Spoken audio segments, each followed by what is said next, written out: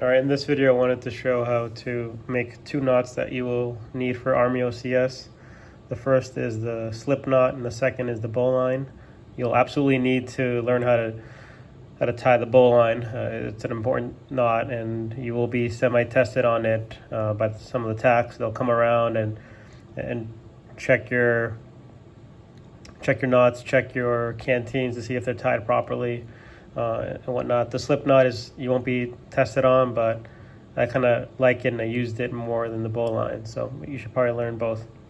So the first is the slip knot. So just grab a piece of 550 cord, grab the end, and you want to wrap it around twice your index finger. So once,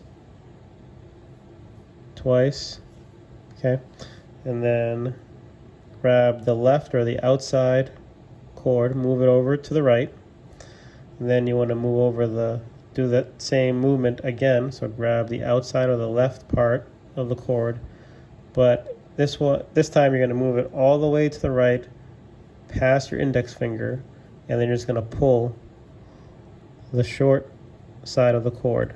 Pull that, and that will create the knot. Okay.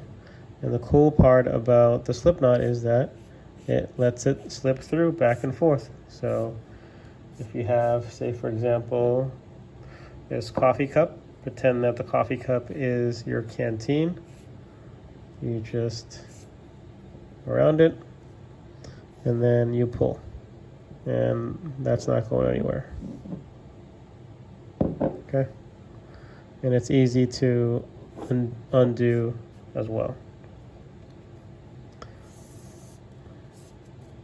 And there you go. I'll do it again one more time. Grab the 550 cord and wrap it around your index finger twice. So we have two loops. Take the outside, move it over to the right. Do that same movement again, but this time you're going to pull it underneath your index finger and just pull the short side of the cord, and that's going to create that knot for you. Okay, and if you have a longer piece, you can just cut that out and make it shorter, or again, it's very easy to come undone. And there you go. The other one is the bowline, and again, this is the more important one that you should absolutely know how to do. So pretending that this is the molly on your flick or whatever, you grab the end, put it on your left hand side. The long piece is going to go on your right hand side. And then with your right hand, you're going to make a loop, just an over the top loop. So notice here that I'm going over, right? I'm not doing it underneath, I'm going over. Okay, so you have that loop. Take your left hand and you want to put the end point, the end string inside, but over. So you're going over and in, right? You're not going underneath, you're going over the top and inside the loop. It's going to go around. So the next step is to over and around, and you're going to put it back in the loop where you initially started. And then with these two strings, you're going to hold these two on your left hand, and then you're going to pull with your right, and then that's going to create the knot. And there you go. And if this string is too long for you, if you don't want to cut it, or if you want to just make it extra secure, I've seen some folks just do another knot.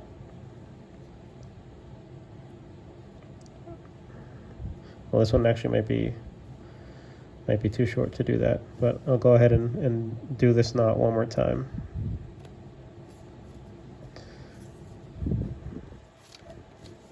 Okay, so take the end point on the left hand, the right hand's going to be the long point, and do it over the top loop with your left hand. It's going to go inside, then up and around. It's going to go around and then back in that loop, right? And then you're going to grab it with your left two fingers, left hand, and then pull on the right side, and it's going to create that knot. And unlike the slip knot, this one you can't pull left or right. It's not going to slip back and forth. It's going to stay static. Okay, that's it. Good luck.